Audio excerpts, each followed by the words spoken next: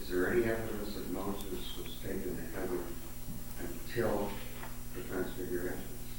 The Israelites have any concept? Yes. Where does it come up? Don't answer It comes up in Jude? that. Where he was, till this day. It comes up in Jude? Well, let's read what it says in Jude so that we can find out about that. Jude, of course, is after Christ's time, but I think Jude makes some reference, doesn't he? This will be fun, Dawn. This bears on the question that's still on the table about canonization.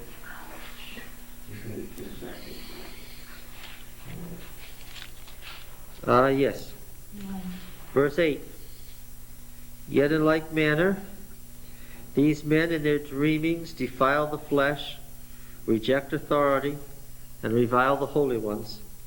But when the archangel Michael, contending with the devil, disputed about the body of Moses, he did not presume to pronounce a reviling judgment upon him, but he said, "The Lord rebukes you."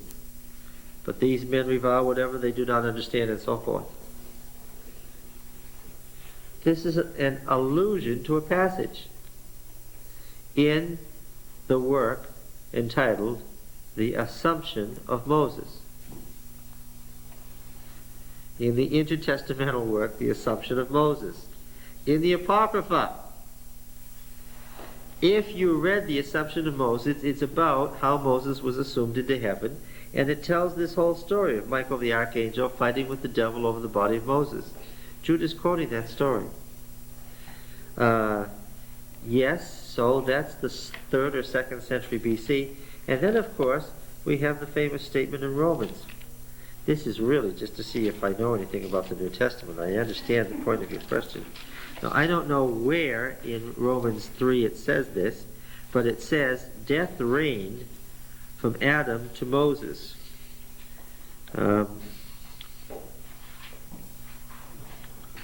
We'll study the New Testament soon. And then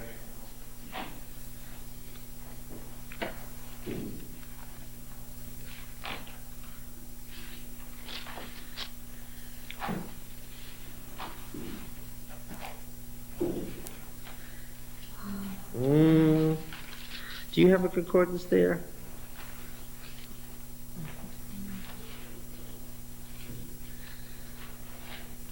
Do you remember the passage that I'm referring to? Yes, okay. It's Romans 5. It's not even very far from where I thought it was. It's Romans 5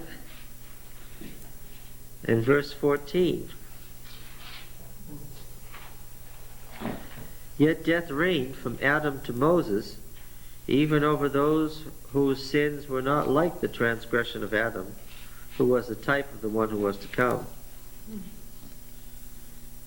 He's talking about resurrection there, that everybody who died stayed dead. He's not talking about Enoch. He's talking about death. It doesn't apply to Enoch. He's not forgetting Enoch. It just doesn't apply.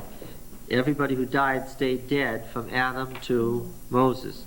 Paul, as a rabbi, knows the tradition that Moses was resurrected. But that's an intertestamental tradition. If you had asked the Deuteronomist, say, did you know that Moses was resurrected? He would have said, what? You don't think that's an inference when he says we don't know where he is to this day? No, but I'll tell you this. That was the proof text that was used in the Assumption of Moses.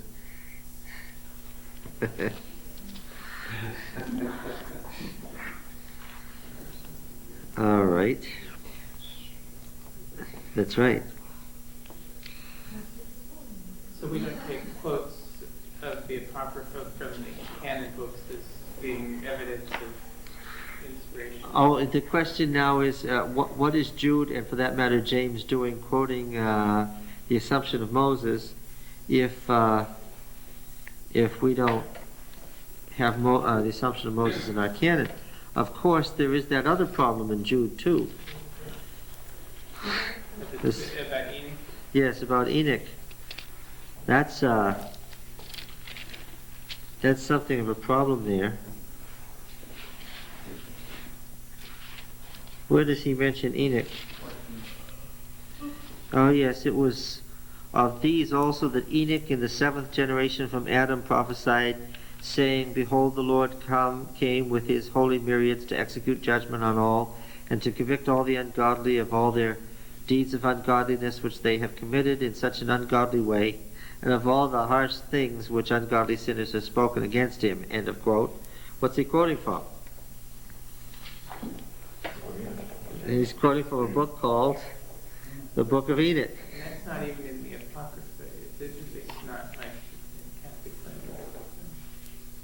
Well, I don't know. The Catholic Bibles, what's in the Catholic Bibles is purely an accident of what people knew in the Middle Ages, so that doesn't have any bearing on it. The point is that it's part of the intertestamental Jewish literature that we have not included in the canon. This is a direct quote, a rather extensive direct quote, from the Book of Enoch. And there's other intertestamental literature that gets quoted at length, and indeed there are whole concepts that don't make any sense in the New Testament unless you know the intertestamental literature. James White and Ellen White, they're writing to these Well, yes, see, quotes out of the Apocrypha. there's the thing. Mrs. White's early visions were all annotated. They went through and they inserted the scriptural text that she was referring to in these passages in early writings. And the scriptural annotations have been removed from early writings as is now printed. And that's a shame. Why? Because several of the references were to what? Oh yes, to a lot of those things. This description of Enoch, you know the description of Enoch? With all that's right out of the Book of Enoch. Yes. You find that humorous? Yeah, I do. Well- I find it humorous because it's the traditional Adventist spirit. All right, and Catholic. It doesn't do much for it doesn't do much, that's right, for fundamentalism. That's true. You see, the story is, and I know this story very well. James Stuart, the King of Scotland, was allowed to become the King of England if he would practice the Catholic faith only in private. His mother, you remember, Mary Queen of Scots? Yes. And the deal was that they could have a Catholic king on the throne of England as long as publicly he supported the Church of England, practiced his Catholic faith only in privacy, withdrew the acts of intolerance against the Protestants, and he made a deal that the acts of intolerance that had been passed previously by the Protestants against the Catholics had to be withdrawn, and that everybody could have roughly what we would call religious freedom. Well, then the question was, what about the English Bible? The Catholic Church was busy translating the Bible into English at Reims, right across the canal there. And remember, his mother had also been Queen of France. And there was a deal made with the great Church of England universities that they could meet and translate the Bible in English based on Wycliffe's version and have a Protestant, that is to say, a Church of England, which is just Anglo-Catholicism, Bible, that James would then promulgate as the official Bible of the country, which thereby cut off the Reims Douay version from being our English Bible. We almost ended up with a Catholic version of the Bible. But there was also another deal cut. The apocryphal books would not be slid into various places where they were alleged to be, like Esdras and so forth, wouldn't be mixed in the way they were in the Catholic canon. Rather what? They would be grouped together as the Deuterocanon and separated out from the canon of the Protestant churches and lumped together in a separate section between the Old and New Testaments. Okay? And that continued to be the way that King James Bibles were printed. So that when Ellen White grew up, the Bible was the Old Testament, the New Testament, and of course, the Apocrypha that were in between. So that when Ellen White is seeing all these things in vision, and annotating them to the Apocrypha. Why is that? That was in her Bible. And the Protestant churches generally, by the 19th century, weren't making a very great distinction between the Old Testament and the Apocrypha.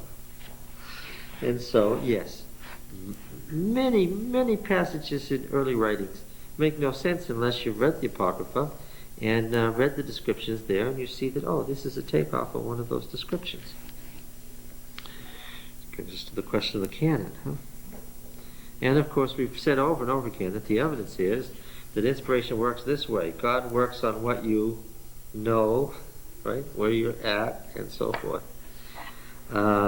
So why did the church, or why did the White Estate then remove the annotations that James White published the visions with? Well, yes, because of the obvious questions that would come up of what are all these things from the Apocrypha doing in these visions? Now, on the matter of... We should know those. What? And God forbid that we should know those things. Yeah, that's, yes. It's the most dangerous thing you can do is to hide something. Why? People will find this out, and as soon as you've hidden it, what? They're going to say, yeah, that's right. Destroys your position. She must not have been inspired. She got this all out of her Bible, including the Apocrypha. She didn't even know it wasn't inspired, and so forth. And then you got all these fundamentalist presuppositions, and you're in a big mess. All right, now, let's read this last paragraph. Then we make some comments about the law. The people of Israel wept for Moses in the plains of Moab 30 days. When the days of weeping and mourning for Moses were ended, and Joshua the son of Nun was full of the spirit of wisdom, for Moses had laid his hands upon him. So the people of Israel obeyed him, and did as Yahweh had commanded Moses. And there has not arisen a prophet since in Israel like Moses, whom Yahweh knew face to face. None like him, for all the signs and wonders which Yahweh sent him to do in the land of Egypt, to Pharaoh and to all his servants and to all his land, and for all the mighty power and all the great and terrible deeds which Moses wrought in the sight of all Israel. And that is what? Yeah. That is really the end. Yeah. And of course, we say this is DTR 1. We have Josiah being compared to this as the king like Moses. Now, how did it happen? Well, it happened this way. The patriarchs worshipped their family god, whose name was what? El, whom they identified with the head of the Canaanite pantheon. The patriarchs, however, made a distinction between their family god and the Canaanite religion in that what? The patriarchs, from all that we can glean about them, were monotheists. That is to say, that they identified their god as the high god of the pantheon, but they said what? He was the only God. And so they had an exclusive family covenantal relationship with the God of the fathers. And it was consistently the God of my father, the God of my father, the God of my... El is my kinsman, is the name that Isaac gave to the family god. El is my kinsman, because he was a family god and thereby a family member once they entered into covenant. Now this family god then continued to be worshipped as a sole god, and again we have in the patriarchal stories that the patriarchs commanded their family to do what? Get rid of all the other gods, because they wanted to maintain this family tradition of monotheism, the worship of only one god. In that way, their religion was distinct from the Canaanite religion in general. They went down into Egypt with this tradition of the family god. Moses goes out into the desert, and there becomes acquainted with the ancient desert storm god, Yahweh. The ancient desert god Yahweh, with his austere religion, was also a sole god for the Kenite tribes. Now, Moses comes back to Egypt and says, Yahweh has met me in the wilderness and sent me back. The Israelites in Egypt ask very naturally, well, now, who is this Yahweh? And Moses equates this Yahweh, the ancient desert God, with the God of the fathers. Right? He says this is the same God. Okay? And takes Israel into the desert where they become monotheists. Moses writes for them laws. Okay? And the traditional oral stories begin about the fathers, the patriarchs. And the stories begin about the Exodus. And they're passed down through the period of the judges in largely oral form. Israel's ballad singers tell us the story of the Exodus and the entry into Canaan. And these different stories grow up into collections of stories that center around the sacred sites, the temples. And gradually, by the 11th century, when writing becomes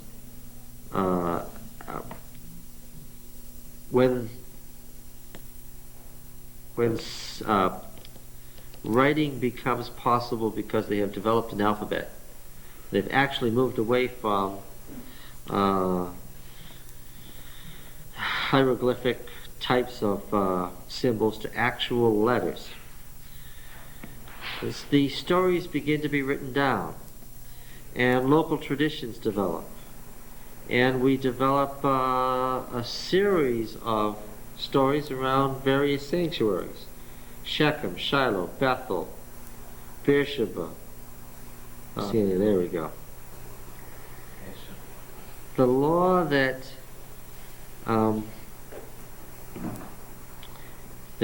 Ezra is promulgating is the whole deal now. Ezra promulgates Genesis, Exodus, Leviticus, Numbers, and Deuteronomy as a unit. And he calls it the law of Moses. Okay? Together with the books that he has in his possession developed around that law. Joshua to Kings. And there's the beginning of canonization. That's how it happened. The exile caused the linking of D to P. And when D and P were gathered into one, we had a what? We had a canon. Now we have the Bible. Now it's going to grow, but what? You have the core of the Bible. Right? Now, of course, some time had to pass before D and P could be seen as so similar, so much about the same thing, that they're a unit, right? Because, as we've seen, Deuteronomy and Leviticus are not the same in many ways. And their differences would cause scribal activity and theological discussion for centuries. But Ezra has the primary section of the canon. Ezra has Genesis to Kings as a unit. Now the prophetic material is being gathered, and this was seen by people as a secondary kind of inspired material. Things prophets said. Not things given to Moses, but what? Given to other people after Moses. And so collections were made of prophets. And really, after the time of Ezra, the prophetic canon was virtually complete. We have the great canon of major prophetic material and small prophetic material put together, and it becomes the law and the prophets. All Jews agree, because remember, the religion we have after the exile isn't Yahwism. What is it? It's Judaism. All Jews agreed on the law and the prophets. Right? The Samaritans were dubious about the prophets because it centered so much on Jerusalem. But the law and the prophets, all Jews agreed on. The argument came where? There were lots of other writings that had claim to fame, that claimed to be the writings of some important or inspired person. Some of the writings, it was hard to figure out whether they were inspired or not, like Ecclesiastes. Ecclesiastes seems to say such outrageous things. The Proverbs seem rather secular. Esther is rather secular. Was Daniel really written in Babylon? Or was it a product of the Maccabean Wars? And so forth. You get it? This third section was the disputed section. And this section was still open in Jesus' day. Some people said the law and the prophets and the writings. The law and the prophets were until John, Jesus said. Because Jesus only discussed the law and the prophets. That is, those parts of the collection that what? That everybody agreed on. And Jesus even quoted Daniel, but there wasn't much disagreement among Jews that Daniel was an inspired work of a prophet named Daniel who lived in Babylon. There was a little nervousness around the edges in the learned circles, but in popular belief, most people didn't even question the book of Daniel, so he could quote Daniel. And occasionally he could quote other writings like a proverb or something, but in general Jesus did not quote from these other writings, I think for a very obvious reason. What was it? If you get into quoting or trying to prove or illustrate from one of these disputed books, what are you going to do? Yeah, your point is going to be lost in the argument over the validity of that book. Right? So, we have then in the New Testament a reflection of the fact that the third section of our canon was not closed. It was still an issue, and different people had different lists. By Jesus' day, there was the law and the prophets and that other stuff. Right? Now it will be very interesting to us to ask, why, if the book of Daniel was from Daniel the prophet in the 6th century living in Babylon, did he not pass Ezra's muster a century and a half later? Why didn't he get into the canon of the law and the prophets? That'll be interesting to find out, right? And we'll have to discuss that as soon as we get to Daniel. But what I've said so far is, I've described how the law and the prophets became canonical. Right? Nobody questioned the material that grew up in the prophetic school of Isaiah. Nobody was arguing about the prophetic material that the prophetic school of Jeremiah produced, or Micah, so forth. There was very little question about any of the minor prophets, even Jonah, that Jews regarded largely as a parable, not a historical event, was still, in their minds, a legitimate inspired writing about a legitimate prophet, and there was no question that it should be in the canon. The argument was every book that's found in the prophetic canon is already by the 5th century accepted as the work of a true prophetic movement. It's the stuff in the writings that was disputed. Okay? So the law of the prophets, well, who determined the writings then? Why don't we have Enoch? Why don't we have Assumption of Moses? Why don't we have First Maccabees and so forth?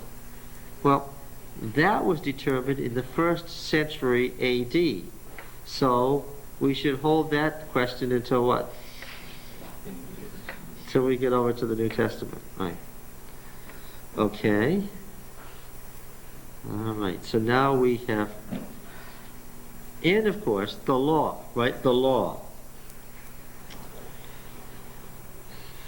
Well, it's the basis of ethics, right? In the Western world. It's the basis of Western civilization. It's an interesting story of how this came to be the law of Moses. All right, any question or comment? Well, how many hours have we been at this?